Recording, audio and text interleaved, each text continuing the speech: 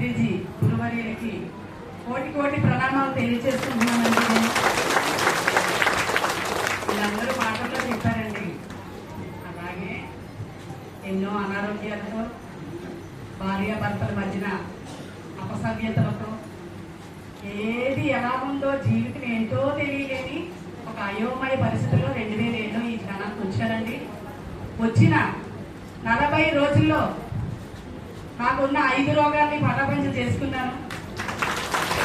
ఎప్పుడైతే 40 రోజుల ధ్యానంలోనే hospital travel, సూక్ష్మ శరీర యానం, హాస్పిటల్ సర్జరీస్ ఇవన్నీ జరిగిపోయింది 41 రోజులకి. మరి ధ్యానం అంటే ఏంటండి? అది తెలిసిన నాకు అప్పుడు దాకా ఒక తాగుబోతు ఎలా బానిసైపోయి అలాంటి బానిసైపోయి ఉన్నాం మనము.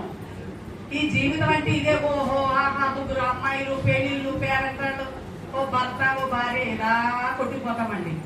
నాకు 40 రోజుల్లో సత్యం తెలిసింది. తెలిసిన తర్వాత 18 ఏళ్ల ట్రావెల్ అండి. మా వారు వెంకటరావు గారు మాల్లో ఉన్నప్పుడు వచ్చాను. ఆ ట్రావెల్ ఇప్పుడు 18 ఏళ్ళు పూర్తయిందండి. 2007 నుంచి 25 వస్తే అనంతమైన ఆ జ్ఞానాన్ని, నేను తెలుసుకున్న జ్ఞానాన్ని నా అనకాపల్లి పత్రిజీ గారు భుజం తట్టి క్లాసు అయినప్పుడు, రాఘోపాల కళాక్షేత్రంలో అయినప్పుడు భుజం మీద చేతులేసి ఏం చేయాలనుకున్నా అన్నారు. జ్ఞాన అనకాపల్లి అవ్వాలనుకున్నా. నాకు తెలిసింది అది. అప్పటికి జ్ఞాన అనకాపల్లి జ్యోతులు పెరగాలి సార్ ప్రతి హృదయంలో కూడా అన్నది. మళ్ళీ నేను పిరమిడ్ కట్టించినప్పుడు 7 నెలల్లో సెంటర్ పెట్టడం జరిగింది. 2008 2007 10వ నెల 13 నేను ఎంటర్ అయ్యాను. 2008 మే నెల కల్లా సెంటర్ తయారు చేసుకున్నాం చక్కగా. తర్వాత 2010 పిల్లమహా పత్రికతో 16 సైజు మా కింద ఇల్లు ఎంత ఉందో అంతే కట్టేసుకున్నానండి. నాకు అంత ఆశ. పిరమిడ్ నాకు ఉన్నది సెంటున్నరే అయినా ఎందరు జ్ఞానులు తరించారో 30 రోజులు 40 రోజులు ఉన్నప్పుడు వాళ్ళకి తిరుగుతూ సేవలు చేస్తూ నా ఎంత ఆరోగ్యం పొందానంటే, ఆత్మానందం అంటే మనల్ని మనం సరి చేసుకోవడం కాదండి. అందరికీ సేవలు చేస్తుంటే నాకు ఎంత ఆనందంగా ఉండేదో. ఆ పేషెంట్ల మొహాల్లో కలకలను చూసి, ఓ క్యాన్సర్ పేషెంట్లు, కిడ్నీ ఫెయిల్యూర్, ఇక చిన్నవి అయితే చాలా చిన్నవండి. నేను సంకల్పం ఎలా ఉందంటే నాలాగా ఆరోగ్యవంతులు అవ్వాలని ఉండేది. పిరమిడ్ కరుణామయ అనేది ఒక స్ఫురణ.